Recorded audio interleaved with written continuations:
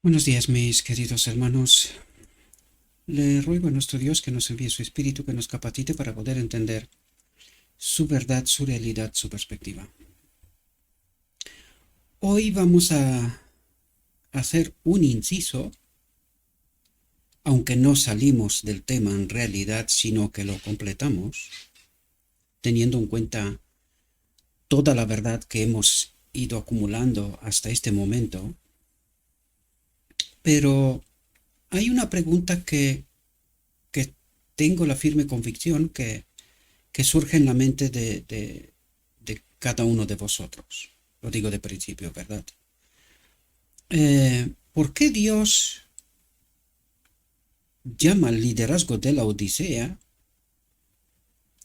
sacerdotes de Baal? ¿Por qué vemos el Carmelo, o mejor dicho, desde la división del reino en adelante, porque esto ocurre hasta la venida de Cristo, incluida la venida de Cristo, y después hasta el año 70, ¿verdad? Hasta que Israel desaparece. ¿Por qué Dios les dice, tanto Cristo en su tiempo les dice a los fariseos que su padre es Satanás? Necesitamos entender por qué. Y por qué también les dice a la Odisea lo mismo. Recuerden que el mensaje de la Odisea eh, hay una advertencia de que tienen que tener cuidado porque le va a retirar el candelabro, es decir, va a retirar el Espíritu Santo, cosa que ha pasado en 1888. Entonces aquí surge esta pregunta: ¿por qué Dios les llama y por qué hay esa condenación tan grande, verdad? Vimos que en Carmel están todos sacrificados, en realidad, matados. Esto en la realidad de la Odisea es simplemente les deja sin argumentos, ¿verdad? Eh, Al Evangelio, es decir, Dios presenta el auténtico Evangelio purificado, la verdad sin contaminar, frente al Evangelio contaminado que presentan los maestros de Israel de la Odisea, ¿verdad? Pero para poder entender bien esta realidad, necesitamos tomar en cuenta realidades de nuestra historia, de nuestro pasado. Porque si queremos entender dónde estamos, necesitamos entender de dónde partimos, ¿verdad? Y allí en el principio, Dios les dio a este pueblo una serie de profecías, visiones, advertencias, para que este pueblo pueda estar bien encaminado, ¿verdad? Y necesitamos entender que Cristo mismo acompañó a este pueblo hasta bastante más lejos de 1888, es decir, hasta bastante más lejos de la apostasía, del rechazo de Cristo, ¿verdad? Del rechazo del mensaje Cristo, nuestra justicia. Recuerden que aquí el tema que hoy vamos a tratar es el orden evangélico. Necesitamos entender esta realidad. El tema es Cristo, nuestra justicia, y vamos a profundizar mucho más allá del mensaje de 1888. ¿Por qué, llegados a 1888, este mensaje fue un problema para el remanente final y que el rechazo de este mensaje trajo consigo una serie de desgracias que nos han llevado donde estamos hoy, de tal modo que seamos incapaces de entender por qué Cristo no ha venido, por qué este pueblo recibe tantas y tantas y tantas advertencias, y desgraciadamente no para bien, y necesitamos entender, colocar de nuevo las cosas en su sitio. Porque nosotros hemos empezado a construir un edificio. Hay una parábola en la Biblia, ¿verdad? Con respecto a este asunto. Hemos empezado a construir un edificio, pero desgraciadamente alguien, mientras íbamos construyendo, nos ha cambiado, nos ha pervertido la regla de medir. ¿Y qué ocurre? Que si tu regla de medir, ¿verdad?, está pervertida, en lugar de tener y voy a dar un ejemplo de la construcción, ¿verdad? Ya que estamos hablando de un edificio. En lugar de construir una casa de 10 por 10, por ejemplo, que serían 100 metros cuadrados, bastante habitual diría yo, para una familia, al menos en Occidente, en lugar de construir una casa de 10 por 10, alguien, al pervertir la regla de medir, nos salen otras medidas. Por lo tanto, cuando entremos, una vez que estemos construyendo el perímetro y la estructura, ¿verdad? La fundación, de repente nos damos cuenta que nada encaja según el proyecto inicial. Y nosotros necesitamos entender cuál es el proyecto inicial, qué es lo que Dios tenía y tiene en su mente en cuanto a la iglesia, qué es lo que representa la iglesia, sin olvidar nunca la regla de medir del Edén. La familia no solo era familia, sino que también es ¿cómo diría yo? El orden patriarcal, el orden que Dios estableció desde el mismo Edén. La cabeza del hombre es Cristo, la cabeza de la mujer es el hombre, y seguidamente, ¿verdad? Es decir, en el marco de la iglesia, de la familia, también funda la iglesia, ¿verdad? Es decir, la iglesia está fundada sobre el marco de la familia, y lo vamos a ver con la reflexión, ¿verdad? Trato simplemente de crear ese cuadro, ¿verdad? Los fundamentos para que podamos empezar a construir y entender bien de qué nos habla Dios, ¿verdad? ¿Por qué las advertencias de la Odisea? ¿Por qué todo lo que nos está diciendo? ¿De dónde partimos y dónde estamos? Y necesitamos volver al inicio para que podamos entender en qué nos hemos equivocado, dónde nos ha engañado el enemigo, cuándo cambió la regla de medir, ¿verdad? Y todas esas cuestiones están en nuestra historia. Lo que necesita el remanente final en esta ocasión es comprender los errores de nuestros antepasados. Bien, sentado más o menos ese marco, vamos a tratar de entender cuál es el orden evangélico correcto sobre cuál Cristo quería y quiere construir, porque el remanente final tiene que estar construido sobre este orden evangélico, porque tiene que ver todo con Cristo nuestra justicia. El remanente final tiene que aceptar que su maestro, su pastor, su todo es Cristo y nadie más. Vamos a entrar en nuestro tema, vamos a tratar de entender estas realidades, ver de dónde partimos y dónde estamos y por qué. Y dice lo siguiente. Dice, el Señor ha mostrado que el orden evangélico ha sido demasiado temido y descuidado. ¿A quién les habla? Quiero resaltaros o hacer una nota, ¿no? Poner una nota a todo esto. Estamos hablando de primeros escritos. Como ya sabéis, a mí me gusta irme al inglés, casi prefiero hacer yo la traducción. La podéis comprobar, ¿no? Esto no hay ningún problema con este asunto, ¿verdad? Si me equivoco, pues tenéis el canal de Telegram y me podéis contactar y decirme, pues aquí te has equivocado. No hay ningún problema, yo haré la rectificación que corresponda, ¿verdad? Pero prefiero irme al inglés, ¿por qué? Porque necesito saber en origen, que es lo que tratamos de entender también en la iglesia de hoy, colocarla en paralelo con el inicio, para que veamos si lo que Dios nos dijo en inicio corresponde con lo que estamos hoy, ¿verdad? No vaya a ser que alguien nos ha engañado y en lugar de estar donde deberíamos de estar, estamos en otras partes, ¿verdad? Por lo tanto, me prefiero irme al origen, hacer yo la traducción, y estamos hablando de primeros escritos. ¿Por qué recalco esto? Recuerden que el remanente final, lo que tuvieron casi durante todo su trayecto, desde 1844 en adelante hasta 1888, fueron los primeros escritos. Hubo una serie de manuscritos, testimonios a lo largo, como es lógico y normal, ¿verdad? A lo largo de todo este trayecto.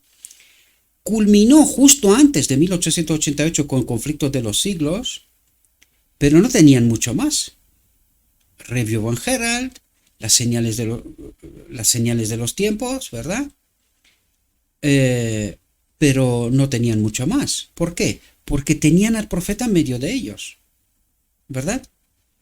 Desgraciadamente terminaron rechazando los Critostá, a la profeta, mientras estaba en vida y mientras estaba con ellos. Me refiero a todo esto después de 1888. Bien, vamos a ver sobre qué bases asentó Cristo al remanente final, ¿verdad?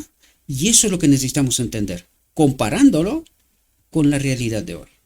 Dice, el Señor ha mostrado que el orden evangélico ha sido demasiado temido y descuidado. Dice, los adventistas eran de todas las iglesias, ¿verdad? Y al principio no tenían idea de formar otra iglesia. Porque ellos en realidad lo que estaban esperando era la venida de Cristo. Mientras se dieron cuenta del error de 1844, Daniel 8:14, 23 de octubre de 1844, Daniel 8:14, ¿verdad? Mientras se dieron cuenta de este chasco, de este error que no habían comprendido, pues el tiempo pasó, ¿verdad? Y dice, después de 1844, dice, hubo gran confusión. Y la mayoría se opuso fuertemente a cualquier organización, sosteniendo que era inconsistente con la perfecta libertad del Evangelio. Ahora bien, ¿qué ocurre? Que ellos se dieron cuenta de que hay dos pilares fundamentales en el reino de Dios: libertad de conciencia y libertad de elección. Bien, cuando estamos hablando de libertad de conciencia y de elección, esto significa que no puedes estar sometido a nada que no sea Cristo, ¿verdad? Por eso, ese rechazo de no formar ninguna organización, o sea, de no organizarse de ningún modo, ¿verdad? Sino que ellos entendían que tenían que estar sometidos directamente a Cristo. Curioso. Cristo nuestra justicia significa precisamente eso. Estar sometidos solamente a Cristo. Es decir, empezaron bien, pero ¿cómo terminamos tan mal? Dice, después de 1844 hubo gran confusión y la mayoría se opuso fuertemente a cualquier organización, sosteniendo que era inconsistente con la perfecta libertad del Evangelio. El testimonio y las labores de la señora White, de la hermana White, ¿verdad? Dice, siempre se opusieron al fanatismo, dijo. Al fanatismo. Necesitamos entender bien todos los detalles para no empezar mal, ¿verdad? Entonces, dijo, esta era una forma de fanatismo, una libertad llevada al extremo, al exagerado. ¿Por qué? Y se explica. Dice, y en la instrucción dada por ella, ¿verdad? Se insistió, y lo recalco porque vais a ver que en ningún momento habla de que Dios dijo algo con respecto a este asunto. ¿Por qué? Porque no era necesario. Ya estaba en el Evangelio el orden evangélico. Lo único que les faltaba era comprenderlo, y eso es lo que la hermana White dice. Hay un orden evangélico y ya está establecido por los apóstoles. Lo único que necesitamos es colocar las cosas en su marco correcto. Recuerden que ellos estaban justamente en esta etapa de recolocar la verdad en su sitio, ¿verdad? Pues esta es una de las verdades también. Y dice, y en la instrucción dada por ella, se insistió desde el principio en la organización en alguna forma como necesaria para evitar la confusión. ¿Quién es el maestro de la confusión? El enemigo, para evitar la apostasía. En realidad, ¿verdad? Necesitamos entender bien el lenguaje del cielo. Dice, debe evitarse la formalidad, que es lo que experimentamos hoy. De hecho, hoy diríamos no es solo formalidad, sino un total sometimiento, ya veremos por qué, dice, pero al hacerlo no debe descuidarse el orden. ¿Qué orden? Pues esto nos habla ahora.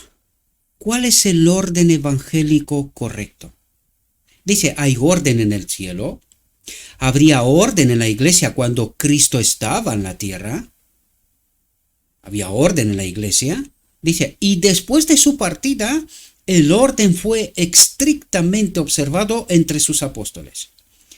Y vamos a ver cuál es ese orden, porque eso es lo que Dios hoy trata de ayudarnos a entender de dónde nos hemos alejado, por qué nosotros llamamos a esta organización iglesia, y Dios dice, esta no es la iglesia.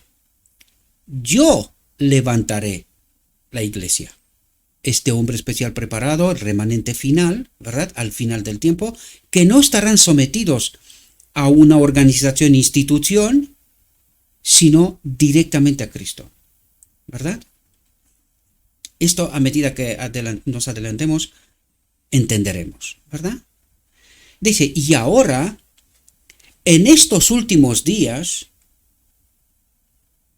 en primer lugar se refería a ellos tenían que ser el remanente final, pero ahora, desgraciadamente, nos toca a nosotros. Digo desgraciadamente porque deberíamos de haber estado en el cielo, ¿verdad? Y los que estamos hoy en vida, de un modo o de otro, hubiésemos estado ahí, de un modo o de otro.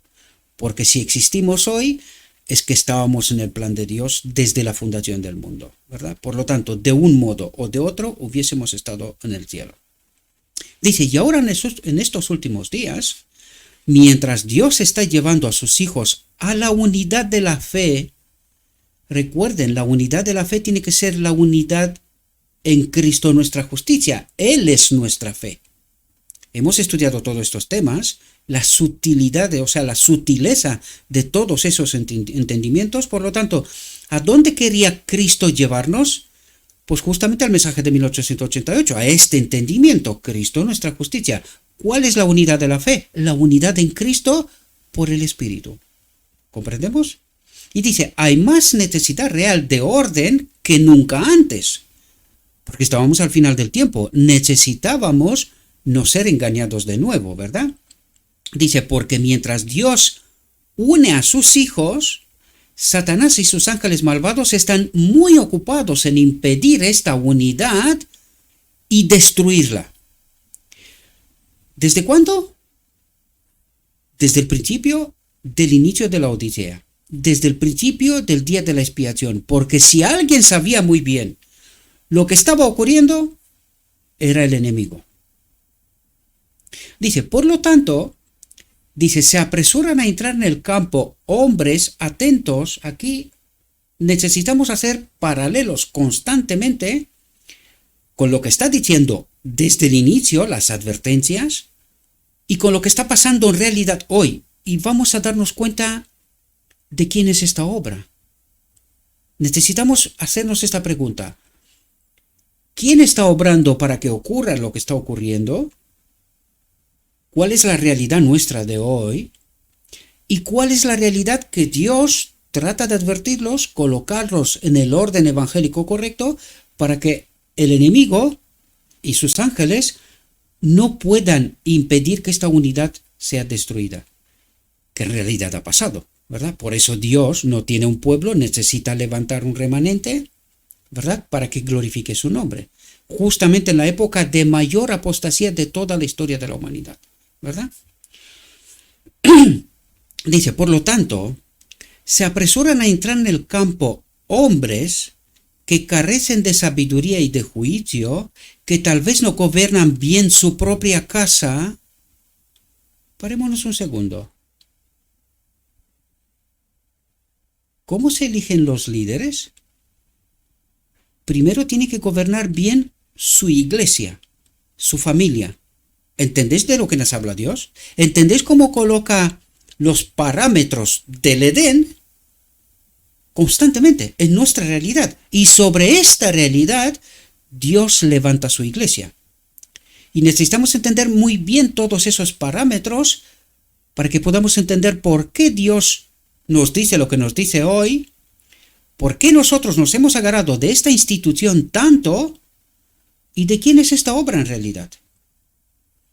Por lo tanto, se apresuran a entrar en el campo hombres que carecen de sabiduría y de juicio, que tal vez no gobiernan bien su propia casa y que no tienen orden ni gobierno sobre los pocos que Dios les ha dado a cargo en su casa, en su iglesia.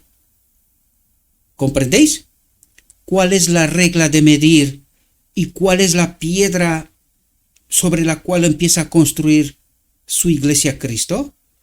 La familia. Y habla de hombres. ¿Quién es la cabeza del hombre? Y en este caso vemos hombres que no están sometidos a Cristo. Por eso no está gobernando bien ni su casa, y carecen de sabiduría y de juicio. Y necesitamos entender todos esos detalles porque Dios trata de asentar bien los fundamentos. Somos nosotros los que necesitamos entender de qué nos habla Dios, ¿verdad? Dice, sin embargo, se sienten capaces de tener a cargo el rebaño. Es decir, la unión de todas las familias, que es un escalón mayor en lo que significa iglesia, lugar de reunión, ¿verdad? Pero ¿de dónde parte? De la familia. Si tú en tu propia casa, en tu propia iglesia, en tu propia familia, no eres capaz de gestionar bien, ¿cómo serás capaz de gestionar el rebaño de Dios? ¿Verdad? En el lugar de reunión, todas las familias, ¿verdad? Dice, sin embargo, se sienten capaces de tener a cargo el rebaño. Hacen muchos movimientos erróneos y los que no conocen nuestra fe juzgan que todos los mensajeros escogidos son como estos hombres autoenviados, dice, autoenviados. Ahora bien, la pregunta es, ¿por qué estos hombres pelean para gobernar el rebaño de Dios? ¿Bajo qué espíritu están? Satanás y sus ángeles malvados están muy ocupados en impedir esta unidad y destruirla. Y vamos a ver en qué consiste la unidad, ¿verdad? Y por qué este hombre autoenviado que quiere gobernar sobre el rebaño de Dios, en realidad está rompiendo la unidad. Está haciendo una obra a favor del enemigo y no a favor de Dios. Dice, así, la causa de Dios es reprobada y la verdad es rechazada por muchos incrédulos que de otro modo serían cándidos y preguntarían ansiosamente, ¿son estas cosas así? ¿Es así como obra Dios? ¿Verdad? Y es una pregunta pero que muy pertinente, ¿verdad? Que hoy no se hace. Se toma y se da por hecho que lo que hay es lo que tiene que ser, cuando la realidad es bien distinta. Lo vamos a ver hoy, ¿verdad? Dice, hombres cuyas vidas no son santas y que no están calificados para enseñar la verdad presente. Esto es sumamente importante. Este es el mensaje del tercer ángel, la verdad presente. ¿Que la trae quién? Cristo, a través de la profeta, teniendo su misma presencia en medio del pueblo, ¿verdad? Dice, entran en el campo, atentos aquí porque es fundamental comprender esto, entran en el campo sin ser reconocidos por la iglesia o los hermanos en general. Bien, aquí Dios está colocando el pilar central. Ya sé que el pilar central es Cristo, pero ahora necesitamos ir a lo terrenal, ¿verdad? Y Dios está colocando el pilar central. ¿Quién escoge a los líderes, a los ministros? ¿Y con qué propósito? Esto lo vamos a ver enseguida todo, ¿verdad? Pero ¿quién escoge a los ministros? La iglesia. A la iglesia, a la suma de las familias, ¿verdad? Sobre cual la cabeza es Cristo, la cabeza del hombre es Cristo, ¿verdad? Por lo tanto, a través de todos los hombres de la iglesia, que son la parte de la iglesia de suma de todas las familias, ¿verdad? Ellos deciden, luego veremos con qué parámetros, ¿verdad? Deciden quiénes son ministros, quiénes han de ministrar la palabra de Dios. Pero le decide la iglesia en su conjunto, no otra cosa. No otra cosa, lo recalco, porque esto es sumamente importante entender qué nos ha pasado, ¿verdad? Dice, entran en el campo sin ser reconocidos por la iglesia o los hermanos en general, y el resultado es la confusión y la desunión. Es decir, cuando nosotros salimos fuera del marco, el orden evangélico establecido por Cristo y los apóstoles, la iglesia primaria, y esto es lo que Dios nos vuelve a llamar precisamente a esto para poder comprender esta realidad, todos esos ministros que no son reconocidos por la iglesia o los hermanos en general, en realidad no, ya vimos cómo empezó, ¿verdad? No están ministrando a favor de Cristo. ¿Por qué? Porque Cristo le dio la potestad ¿a quién? A la iglesia. ¿Y de quién está conformada la iglesia? La cabeza del hombre, ¿que es quién? Cristo nuestra justicia.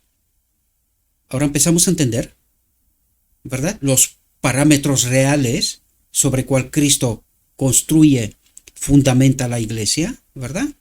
Dice, algunos tienen una teoría de la verdad y pueden presentar el argumento, pero carecen de espiritualidad, del espíritu, juicio y experiencia.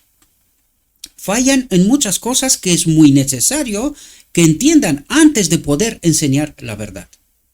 Otros no tienen el argumento, pero porque unos pocos hermanos los escuchan orar bien y dar una exhortación emocionante de vez en cuando, son presionados en el campo, en la iglesia, para comprometerse en un trabajo para el cual Dios no los ha calificado, no tienen el llamado de Dios, ¿verdad? Y para el cual no tienen suficiente experiencia y juicio. Dice, entra el orgullo espiritual, se creen capacitados para ministrar al pueblo de Dios, entra el orgullo espiritual, se enaltecen y actúan bajo el engaño de pensar que son obreros. No se conocen a sí mismos, carecen de buen juicio y de un razonamiento paciente, hablan con jactancia de sí mismos y afirman muchas cosas que no pueden probar a partir de la palabra. Ahora bien, ¿de quién es este espíritu? ¿Qué obra es esta? ¿Entendéis, queridos hermanos? ¿Qué ocurre cuando no tienes el llamado de Dios? La iglesia no reconoce este llamado y tú tratas de hacer una obra para la cual no has sido calificado por Cristo mismo. Estos son los fundamentos correctos y eso es lo que Dios trata de recolocar las cosas en su sitio. Recuerden, desde el principio, desde la primera generación del día de la expiación, ¿verdad? Dice, Dios lo sabe. Por lo tanto, no llama a los tales a trabajar en estos tiempos peligrosos. Tiempos peligrosos. Y los hermanos deben tener cuidado de no empujar al campo a los que Él no ha llamado. Ahora bien, aquí necesitamos pararnos un momento. Hemos visto en todas esas reflexiones, no solamente que en Carmel Dios erradica a los sacerdotes de Baal en nuestra realidad, los deja sin argumentos. ¿Por qué? Porque están predicando un falso evangelio. Por lo tanto, ante el mensaje de Elías, ante los mensajeros enviados por Dios, justo ahora al final del tiempo, porque eso es lo que trata de destacar en realidad aquí,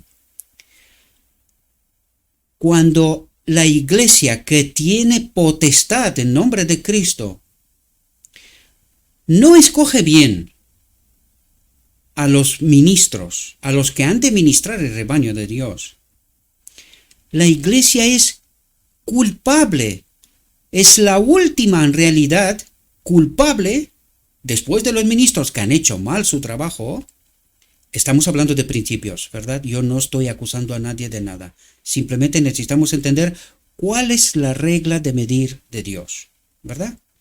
Por lo tanto, ¿quién tiene la última responsabilidad de por todo lo que se está haciendo en el marco de la iglesia? Y los hermanos, la iglesia, deben tener cuidado de no empujar al campo a los que Él no ha llamado. Por lo tanto, ¿de quién es esta responsabilidad? De la iglesia. Bien. ¿Quién tiene hoy la máxima responsabilidad en el marco de la iglesia?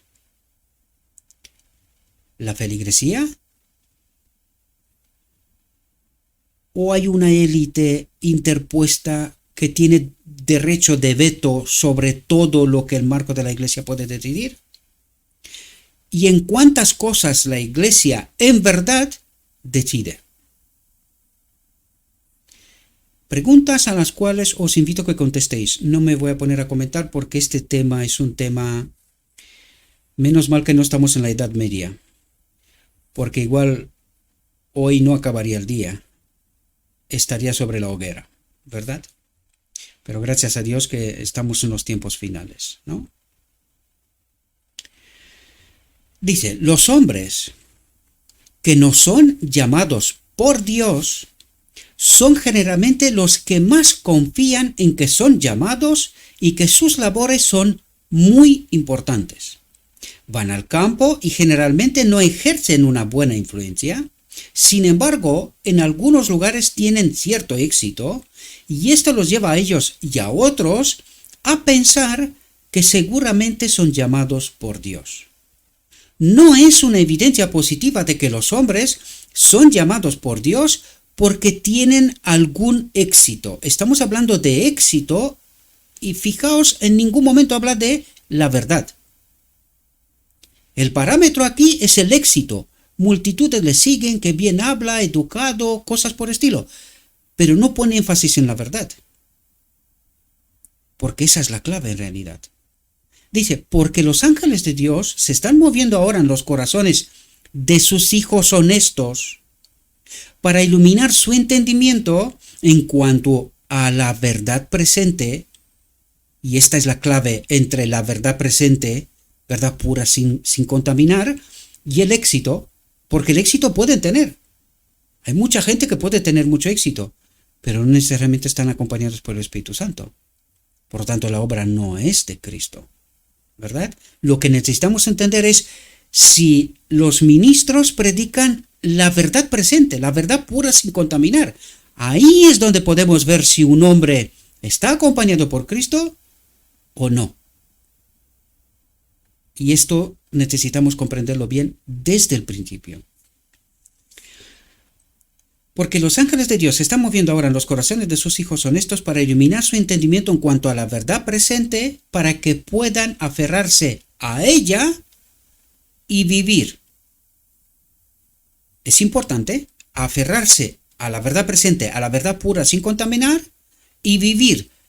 De otro modo, morirán, aun creyendo tener la verdad, pero que no es la verdad pura sin contaminar. ¿Verdad? Son verdades contaminadas desde el trono del lugar santo, ¿verdad? No santísimo, cuidado. Dice, y aunque los hombres que se envían a sí mismos se pongan donde Dios no los pone y profesen ser maestros y las almas reciben la verdad al oírlos hablar, esto no es evidencia de que sean llamados por Dios. Parémonos. ¿Qué está pasando hoy? Vamos a ver, porque aquí Dios nos está diciendo algo sumamente importante hoy. ¿Quiénes tenían que ser ministros según la regla de Dios? Todos aquellos que son reconocidos por el conjunto de la iglesia, puestos como ancianos, ¿verdad? Para dirigir la iglesia, ministrar. Pero cuidado que cuando decimos la iglesia vais a ver que en realidad los ministros no eran nombrados para estar dentro, sino que estaban nombrados para ministrar fuera la palabra, no dentro de la iglesia, aunque también lo hacían, ¿verdad? Pero vais a ver que esto en realidad es un error. Lo entenderemos. ¿verdad? Entenderemos a través de esta reflexión. Y entonces la pregunta es, ¿y cómo llegan a estas personas ser maestros sin ser colocados por la misma iglesia? Porque vamos a leer de nuevo la frase. Dice, y aunque los hombres que se envían a sí mismos, ¿cómo se envían los pastores a las iglesias hoy? Ellos entre ellos mismos, ¿verdad? Dice, se pongan donde Dios no los pone y profesen ser maestros, y las almas reciben la verdad al oírlos hablar. Esto no es evidencia de que sean llamados por Dios. ¿Esto es lo que está ocurriendo hoy? ¿Empezamos a entender por qué Dios dice lo que dice a la Odisea? Pero también empezamos a entender por qué Dios, o sea, Cristo les decía a los fariseos que su padre era Satanás, que no era Dios, tal como ellos afirmaban. Empezamos a entender bien cuando empezamos a poner las reglas de Dios y medir con la regla de Dios. ¿Empezamos a entender? Dice, las almas que reciben la verdad de ellos, la reciben para ser sometidas a prueba y esclavitud, dice. A prueba y esclavitud. Las almas que reciben la verdad de ellos, para ser sometidas, no ser libres, pues la verdad te hace libre. Pero esta verdad no hace libre, dice, reciben la verdad de ellos, la reciben para ser sometidas a prueba y esclavitud, ya que después descubren que estos hombres no estaban en el consejo de Dios. ¿Qué pasó en Carmel? ¿Con los sacerdotes de Baal? ¿Qué descubrió el pueblo ante la controversia de Elías, que representaba a Dios, y los sacerdotes de Baal? ¿Qué pasó con el pueblo? Los cogió uno por uno y los mató, ¿verdad? ¿Qué nos dice aquí? Ya que después descubren que estos hombres no estaban en el consejo de Dios. ¿Qué descubrirá al final del tiempo la feligresía? ¿Qué nos dice la parábola de las 10 vírgenes? ¿Qué pasaba con aquellas que no tenían el vaso lleno de aceite? Tuvieron que ir a comprar. ¿De dónde? De estos hombres. ¿Qué compraban? Una verdad que no los hacía libres en realidad, que estaban sometidos a prueba y esclavitud. ¿Esclavitud a quién? Empezamos a entender, ¿verdad? Dice, aunque los hombres malvados, ¿cómo los llama Dios? Malvados. ¿Por qué? Porque se supone que estos maestros deberían de saber la verdad, pero no la saben. O si la saben, se la callan, porque les conviene el marco de actuación en el cual se encuentran. Nos referimos hoy, ¿verdad? Dios nos habla de hoy, aunque les habló desde el principio, esta es advertencia, les dijo cuál tiene que ser el marco de actuación, les dijo cuál es el peligro, y resulta que nosotros lo vivimos hoy en todo su desarrollo. Y si ni siquiera hoy entendemos, apaga y vámonos. Ya no se puede hacer nada más, ¿verdad? Dice, aunque los hombres malvados digan la verdad, algunos pueden recibirla, pero eso no hace que los que la dijeron tengan más favor con Dios.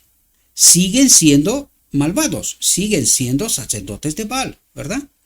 Dice, los hombres malvados siguen siendo hombres malvados, y según el engaño que practicaron sobre los que eran amados por Dios, sobre la feligresía, ¿verdad?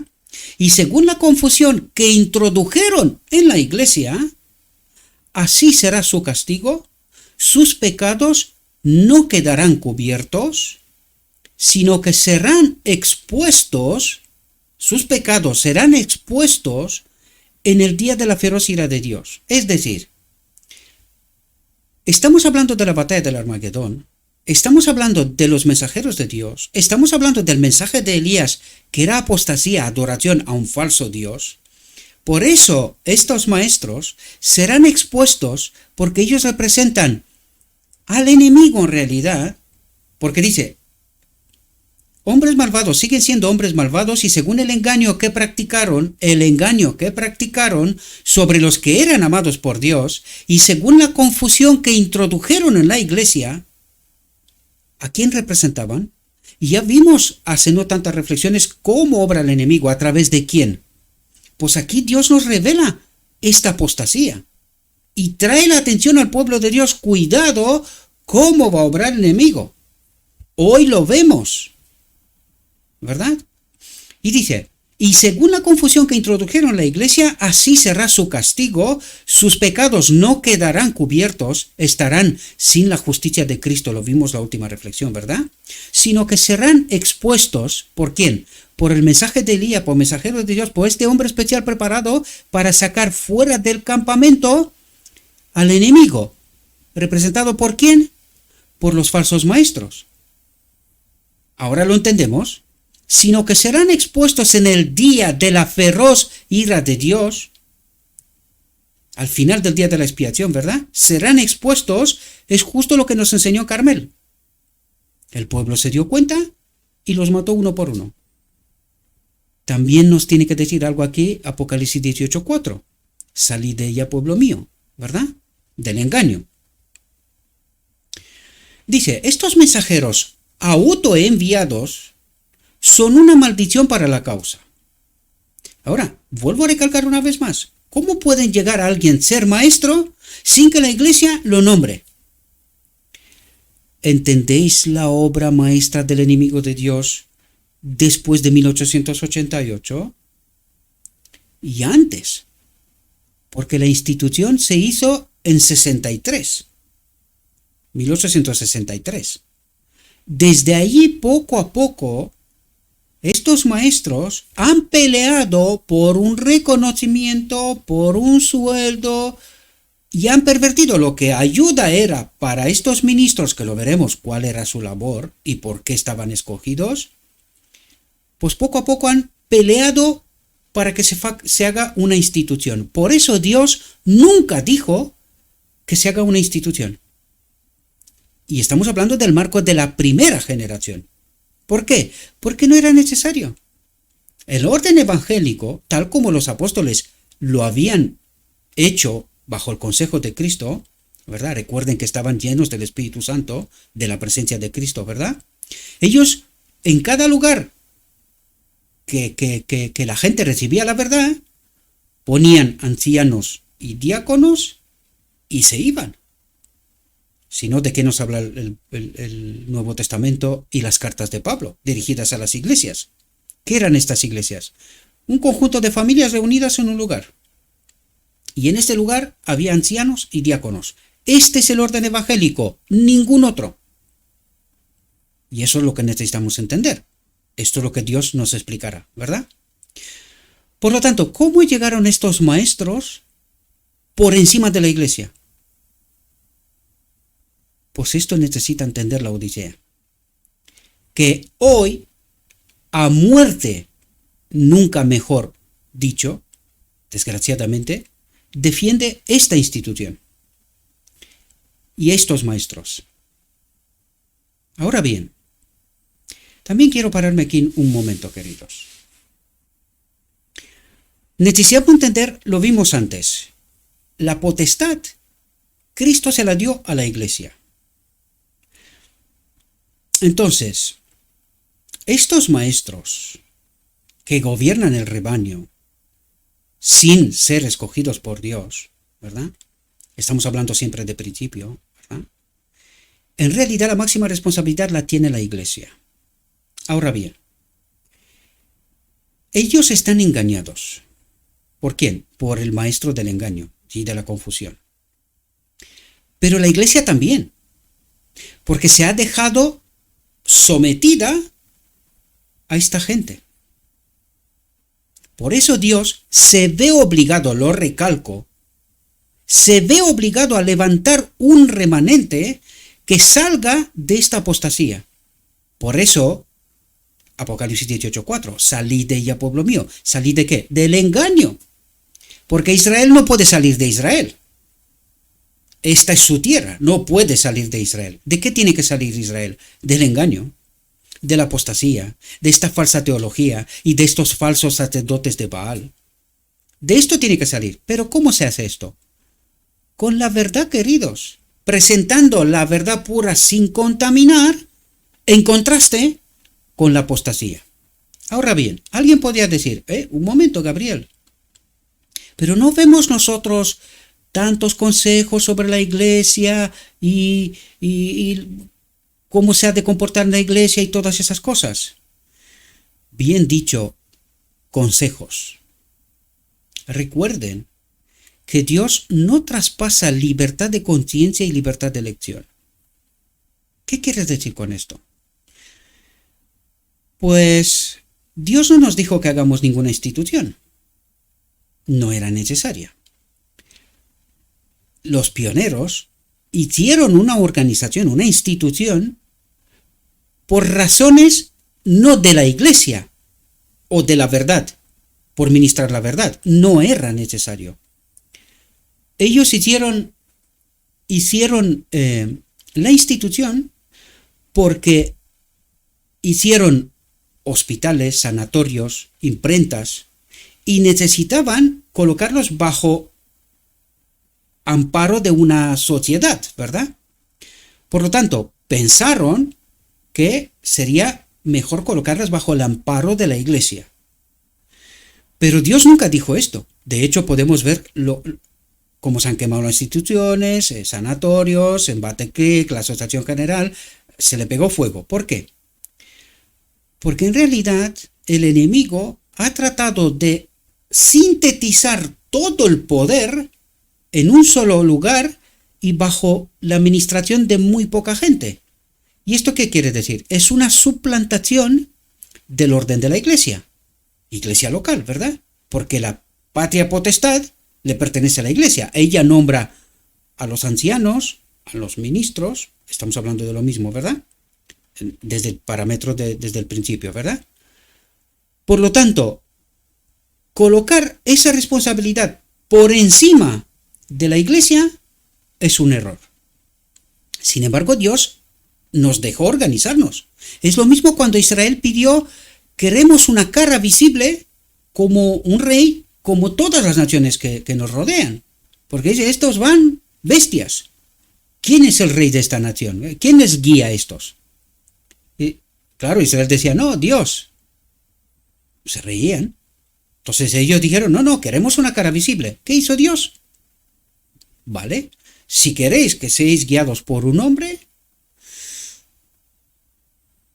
¿qué puedo hacer? Yo no puedo traspasar vuestra libertad de conciencia y de elección, pero que sepáis que lo vais a pasar mal. El Antiguo Testamento nos habla de esta realidad, ¿verdad? Por lo tanto, ¿qué ocurre en 1863? Exactamente lo mismo. Exactamente lo mismo. Dios se somete a nuestras obras. Piensen en Adán. ¿Cómo hubiese organizado Adán la tierra? Durante los primeros miles de años, podríamos decir los primeros 2000 años, hasta que aparece Israel, 2000 y pico, ¿cómo fue organizada la iglesia en la tierra? Los patriarcas. ¿Qué eran los patriarcas? Dignos representantes de Cristo, ¿no? ¿No guiaban ellos a su casa y todos los que estaban sometidos allí con ellos? Abraham, por ejemplo. Miremos a Abraham.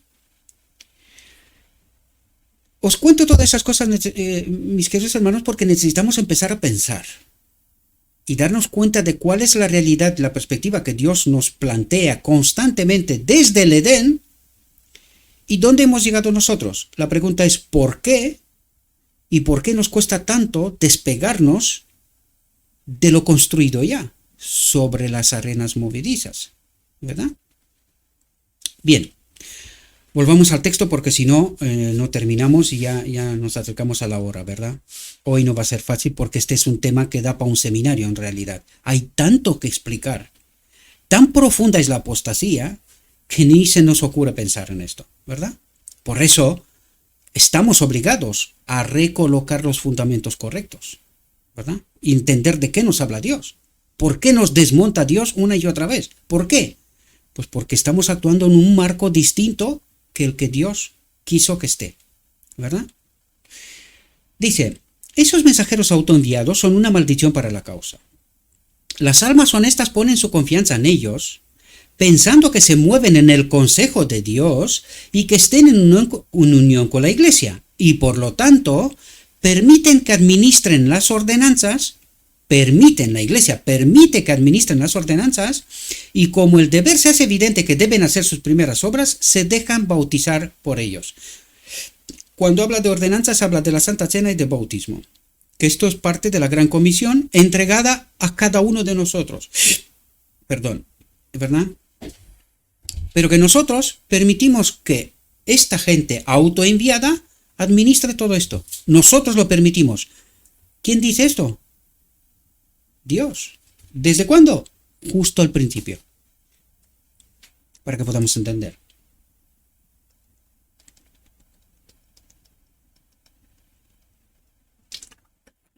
Y fijaos lo que dice. Y dice, y como el deber se es evidente que deben hacer sus primeras obras, se dejan bautizar por ellos. Dice, pero cuando llega la luz, como seguramente ocurrirá ahora mismo, pero cuando llega la luz, la verdad, pura sin contaminar, como seguramente ocurrirá, y se dan cuenta de que estos hombres no son lo que ellos entendían que eran, me pregunto, ¿de verdad entendemos esto? Los mensajeros llamados y elegidos por Dios se ven arrojados a la prueba y a la duda en cuanto a la verdad que han recibido y sienten que deben aprenderla de nuevo, están turbados y perplejos por el enemigo acerca de toda su experiencia, si Dios los ha guiado o no, y no están satisfechos hasta que se bautizan de nuevo y comienzan de nuevo. Fijaos, qué grande es el daño. Dice, es mucho más desgastante para los espíritus de los mensajeros de Dios, dice. El lenguaje del cielo, ¿verdad? Dice, es mucho más desgastante para los espíritus de los mensajeros de Dios, ¿verdad? Que guían a los mensajeros de Dios verdadero, ir a los lugares donde han estado los autoenviados, ¿verdad? Los que han ejercido esta influencia errónea, que entrar en nuevos campos. Dice, es mucho más fácil entrar en nuevos campos que ir en estos campos donde esta gente ha hecho su obra y donde han sembrado la confusión, ¿verdad? Dice, los siervos de Dios tienen que tratar con franqueza, actuar abiertamente y no encubrir las faltas. Es como cuando vemos a Pablo regañando a Pedro, diciéndole, pero ¿tú qué haces aquí? Tú no puedes actuar con doble vara de medir.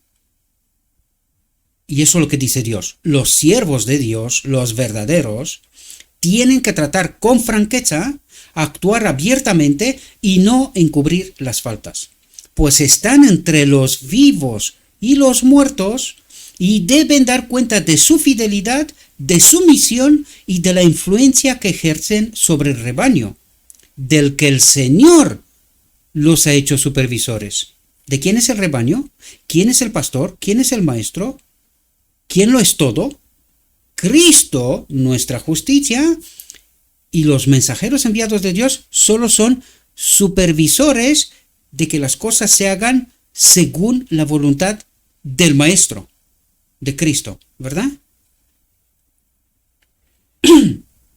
Dice, los que reciben la verdad y son llevados a tales pruebas habrían tenido la verdad igual si estos hombres se hubieran mantenido alejados y ocupado el lugar humilde que el Señor diseñó para ellos, es decir, en la iglesia. Tranquilos, si no estás llamado para una obra, quédate quieto, aprende, entiende, ¿verdad? Coge sabiduría, experiencia. Dice, el ojo de Dios estaba sobre sus joyas, sobre la iglesia, la feligresía, ¿verdad? Y habría dirigido a ellas a sus mensajeros llamados y elegidos por Cristo, hombres que se habrían movido con entendimiento, predicando la verdad, las cosas claras en su sitio. Dice, la luz de la verdad había mostrado y descubierto a estas almas su verdadera posición y habían recibido la verdad comprensivamente y estarían satisfechos con su belleza y claridad. Y al sentir sus poderosos efectos, habrían sido fuertes y habrían derramado una santa influencia. Atentos, porque de aquí se nos van a poner los ojos rojos. Iglesia, remanente final. Porque necesitamos entender cuando Dios habla, cuando Dios coloca las cosas en su sitio correcto. Hemos recibido advertencias. Iglesia, que tienes la potestad según Cristo, también tienes una grandísima responsabilidad. Y recuerden que en Carmelo no solo los sacerdotes fueron sacrificados, sino que el pueblo, después de reconocer este es nuestro Dios, volvieron a seguir a Acab, ¿dónde? En la apostasía, de nuevo.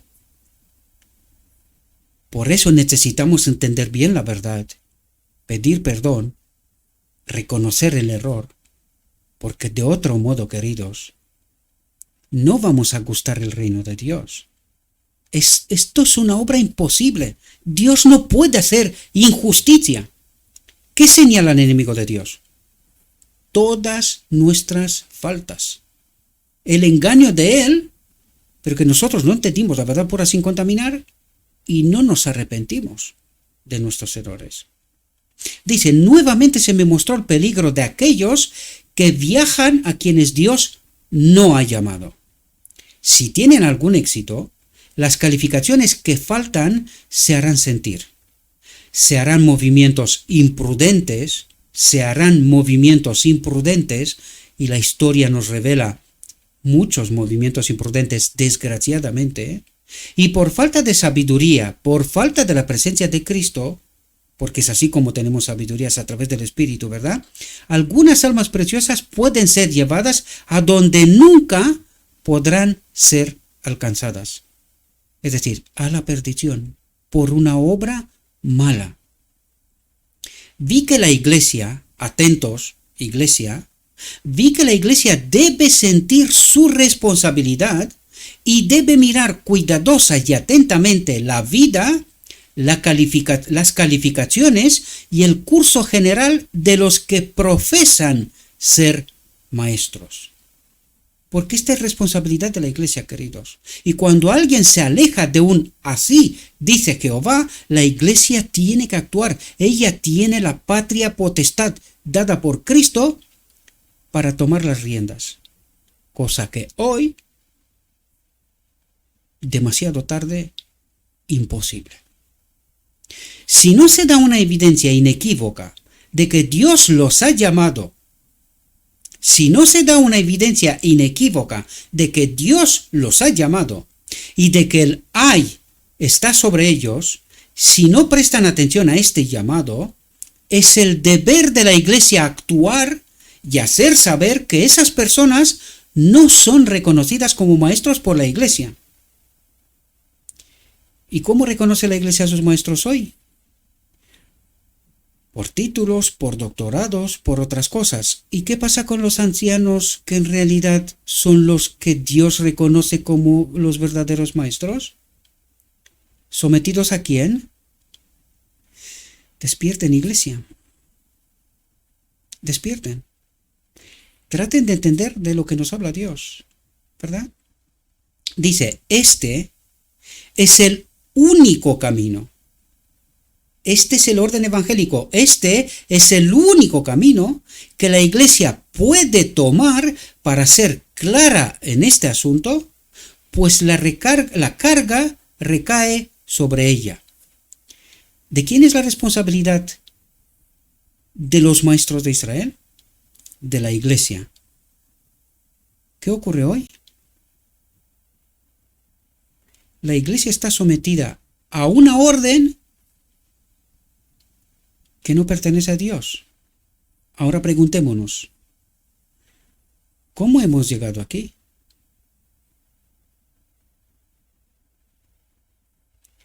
Pues la carga, la responsabilidad, recae sobre la Iglesia.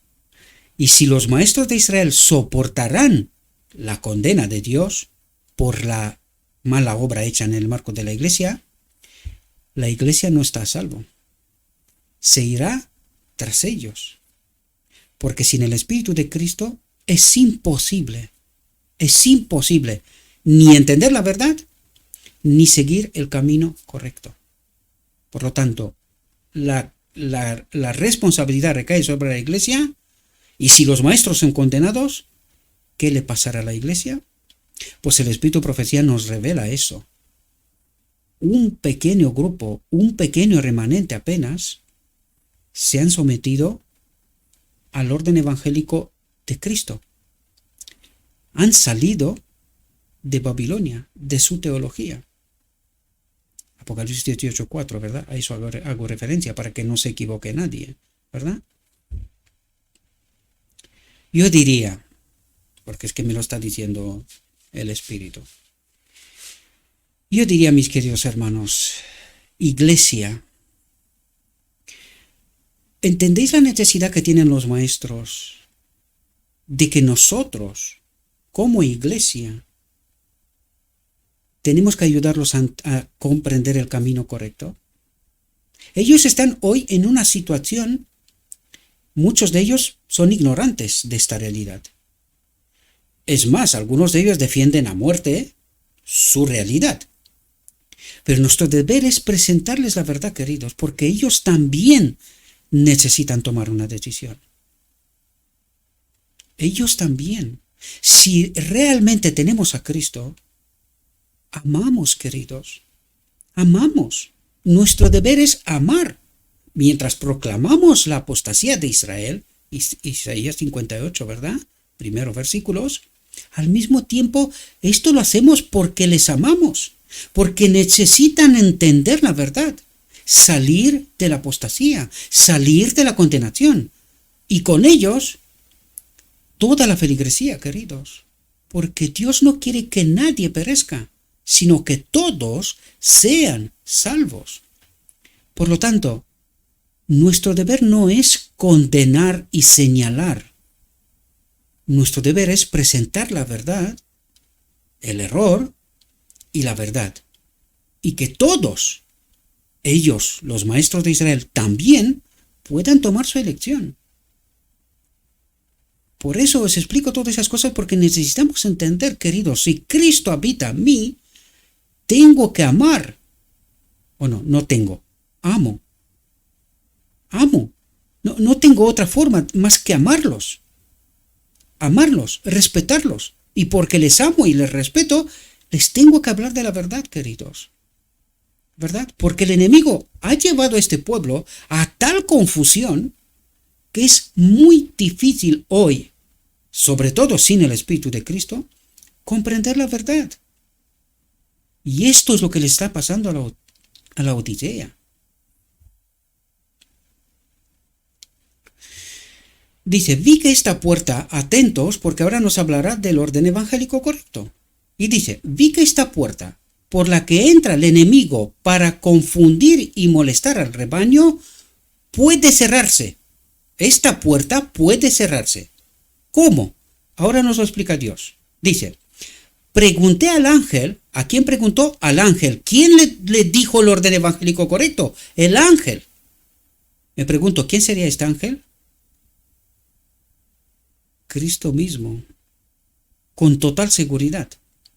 Pregunté al ángel, ¿cómo podía cerrarse? Me dijo, la Iglesia debe huir a la palabra de Dios. La Iglesia debe huir a la palabra de Dios y establecerse en el orden evangélico que ha sido pasado por alto y descuidado. ¿Y cuándo fue establecido este orden evangélico? Los apóstoles. Miren cómo organizaron la Iglesia los apóstoles. Y de esto nos habla Cristo mismo. Me dijo, la Iglesia debe huir a la palabra de Dios y establecerse en el orden evangélico que ha sido pasado por alto y descuidado. Esto es indispensable para llevar a la Iglesia a la unidad de la fe, a Cristo nuestra justicia. ¿Comprendéis? Al mensaje final. Dice, y apunta dónde tenemos que mirar. Dice, en los días de los apóstoles, ¿dónde está revelado el orden evangélico? En los días de los apóstoles, para que nadie se equivoque y se me vaya al santuario y me coja el orden del santuario, que es la explicación que dan hoy, ¿verdad? En los días de los apóstoles, la iglesia corría el peligro de ser engañada e impuesta por falsos maestros. Por lo tanto, los hermanos eligieron a hombres. ¿Quién eligieron a hombres? Los hermanos eligieron a hombres bajo la presencia de los apóstoles en las iglesias que se formaban. Los hermanos eligieron a hombres, a los ancianos y a los diáconos, ¿verdad? Que habían dado buenas pruebas. Fijaos qué parámetro utiliza. ¿Cómo nombran los maestros en el marco de la iglesia? El conjunto de la iglesia, ¿verdad? Por lo tanto, los hermanos eligieron a hombres que habían dado buenas pruebas de que eran capaces de gobernar bien su propia casa, su propia iglesia. Vayamos al marco del Edén, quiero decir, ¿verdad? Y preservar el orden.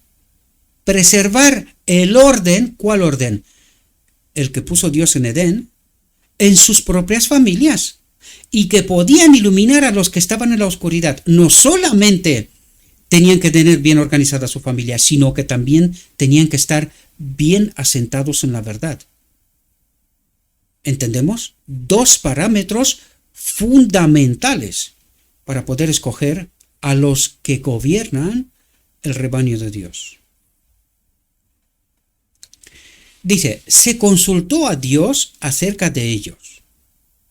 En los días de los apóstoles, ¿verdad? Los hombres, se consultó a Dios acerca de ellos. Y luego, de acuerdo con la opinión de la iglesia y del Espíritu Santo, fueron apartados por la imposición de manos. ¿Ahora entendéis cuál es el orden evangélico? ¿Cuál es la regla de medir correcta? ¿Y cuánto nos hemos alejado de ella?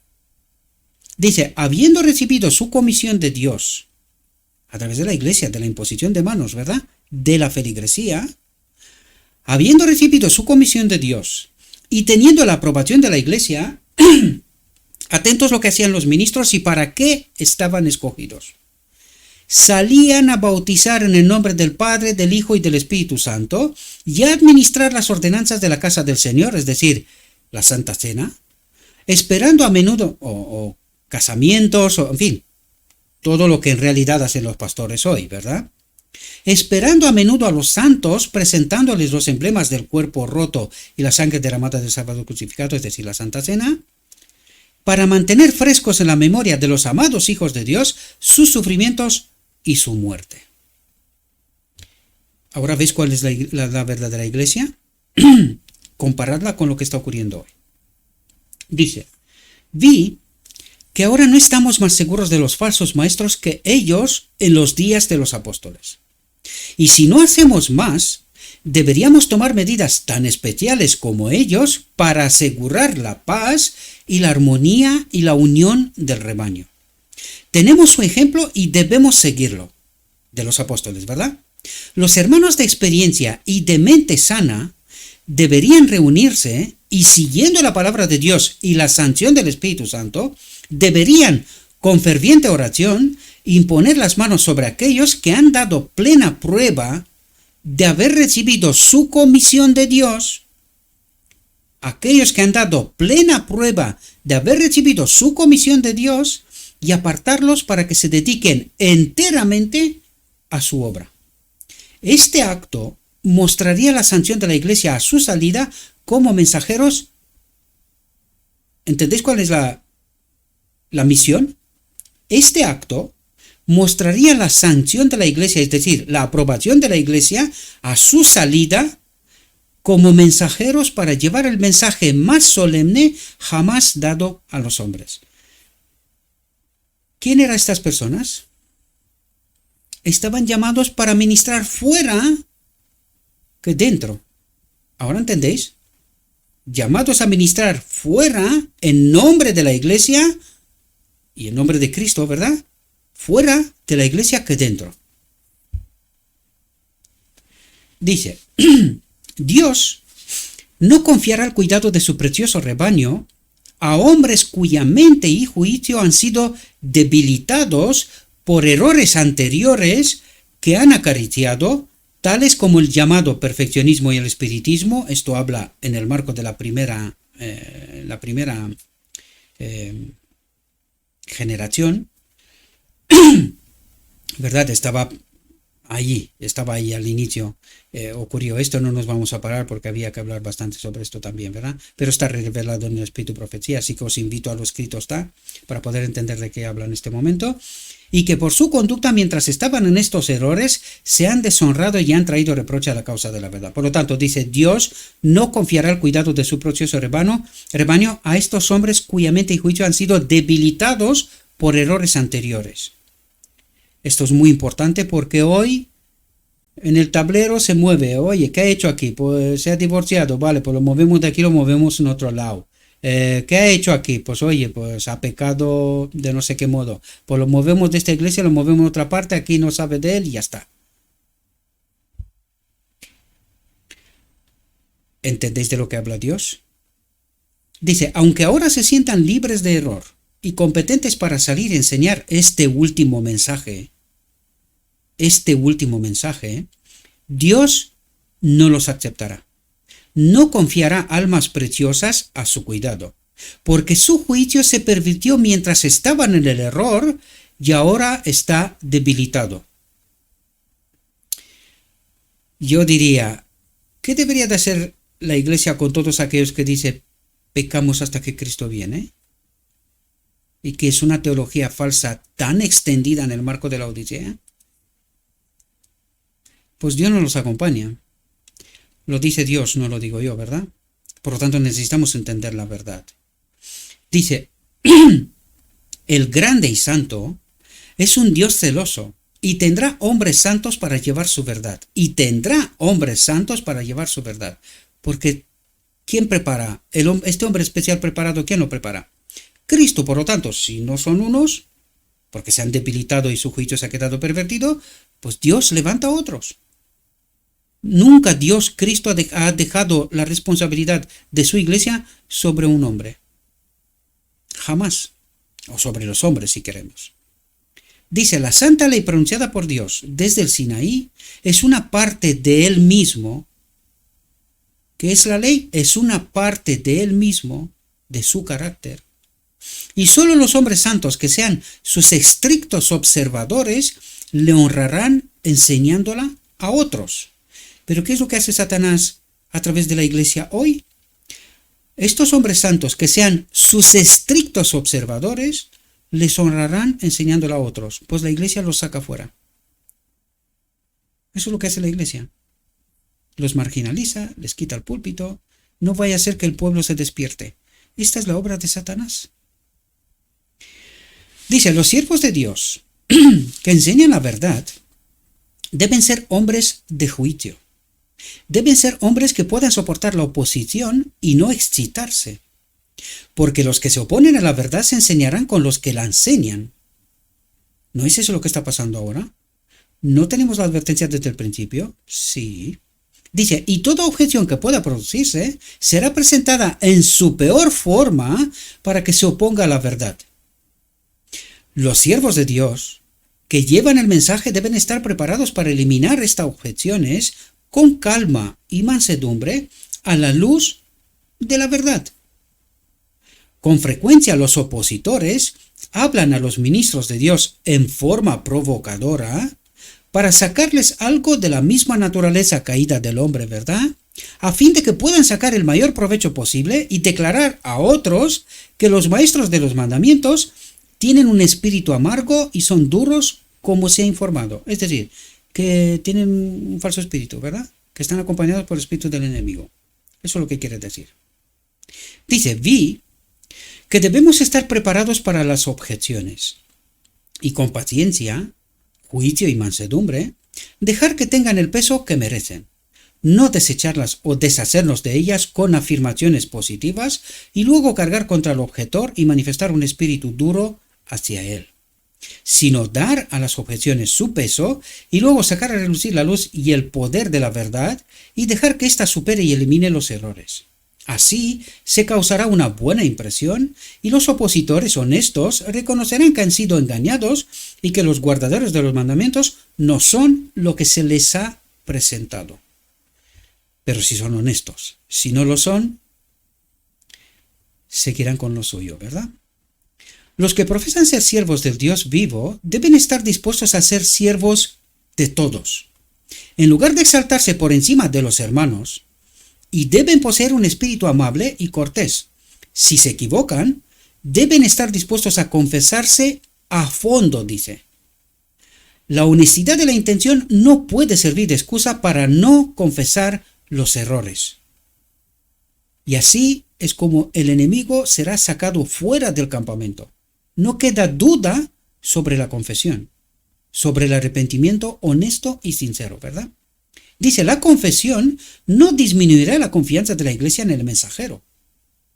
Lo ama, es decir, sería todo lo contrario. Deberíamos de amarlo, si realmente tenemos a Cristo, ¿verdad? Y este daría un buen ejemplo.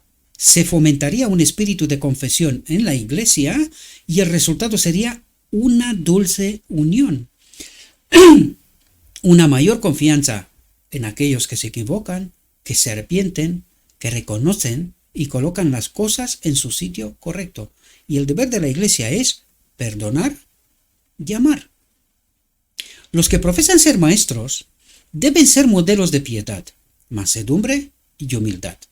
Poseer un espíritu bondadoso para ganar almas para Jesús y la verdad de la Biblia. Un ministro de Cristo debe ser puro en su conversación y en sus acciones. Debe tener siempre presente que maneja palabras inspiradas, palabras de un Dios santo. También debe tener en cuenta que el rebaño está confiado a su cuidado y que debe llevar sus casos a Jesús y suplicar por ellos como Jesús suplica por nosotros ante el Padre. Me remonté a los hijos de Israel en la antigüedad y vi cuán puros y santos debían ser los ministros del santuario, porque su trabajo los ponía en estrecha relación con Dios. Los que ministran deben ser santos, puros y sin mancha, o Dios los destruirá. Dios no ha cambiado. Es tan santo y puro, tan particular, como siempre lo fue. Los que profesan ser los ministros de Jesús deben ser hombres de experiencia y de profunda piedad, y entonces en todo momento y en todo lugar pueden derramar una influencia santa. He visto que ahora es el momento de que los mensajeros salgan donde haya una apertura, una posibilidad, ¿verdad? Y que Dios irá delante de ellos, abrirá los corazones de algunos, para que escuchen. Hay que entrar en nuevos lugares, y donde quiera que se haga esto sería bueno, si es coherente, ir de dos en dos, de modo que se sostengan mutuamente las manos, ¿verdad? En las dificultades. Se presentó un plan como este.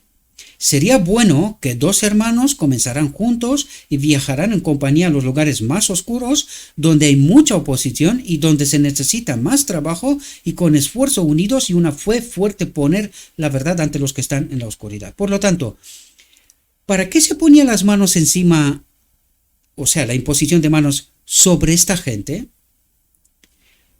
Para ser evangelistas en realidad, ministrar la palabra, pero sobre todo fuera de la iglesia, no tanto dentro, ¿verdad?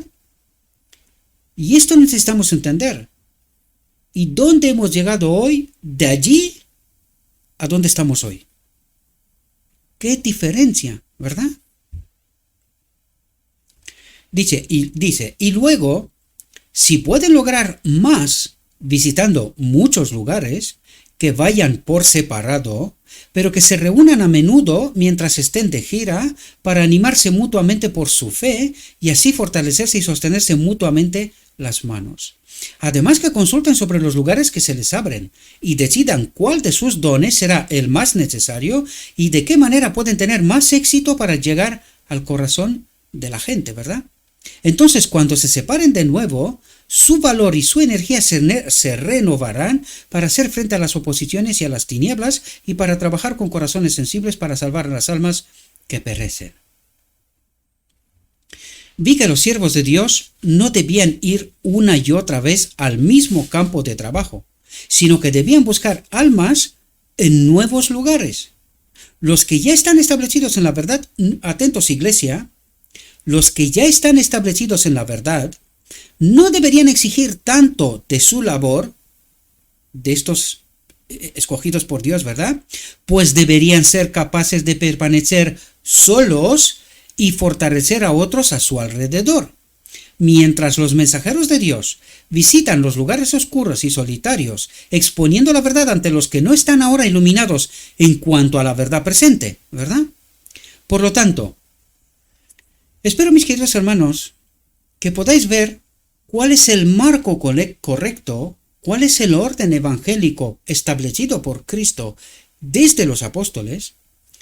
Y ahora necesitamos entender de por qué Dios le dice a la Odisea, por qué Dios le dijo a Israel de antaño todas las cosas que dice, tanto a Israel de antaño como a la Odisea de hoy. Porque, queridos, desde 1888, cuando nosotros nos hemos separado de Cristo, hemos rechazado a Cristo, hemos ido con un otro espíritu, de mal en peor, la perversión ha sido de tal manera que hoy creemos que lo que tenemos es lo correcto. Y cuando Dios nos habla de lo correcto, nosotros, ciegos, decimos que estamos hablando que esta gente, mensajeros enviados por Dios, hablan en contra de los maestros y de la iglesia. ¿Cuál iglesia y cuál maestros, queridos? Cuando acabamos de colocar los fundamentos correctos. ¿Cuál es la iglesia? ¿Quiénes son los maestros? Espero, mis queridos hermanos, que podáis entender cómo de sutil y cómo poco a poco la Odisea se ha ido pervirtiendo la regla de medir, de modo que la Odisea ha construido una nueva institución, con una nueva teología, libros de otra filosofía, ¿verdad? Tal como lo dijo la sierva. De tal manera que hoy tú quieres medir la institución, pero que hemos perdido la regla. Alguien la ha pervertido tanto que ya no somos capaces de medir los fundamentos de lo que hemos construido. De modo que estamos sobre la arena movediza y todo viento nos tambalea de un lado para otro. Por esto, el remanente final necesita recolocar la verdad en su sitio correcto. Por eso Dios nos invita en Apocalipsis 18:4, salid de la apostasía, pueblo mío. Traten de purificar la verdad, santifíquense, para que pueda tener lugar la boda del Cordero, el final del día de la expiación. Por eso Cristo no puede venir, porque no tiene un pueblo. El pueblo que tiene y que cree que es el remanente, lo mismo que Israel de antaño, es decir, ha pervertido tanto el enemigo la verdad y todo el contexto, de modo que no sabemos ni por dónde. Por eso nos vemos obligados a ir a lo escrito está.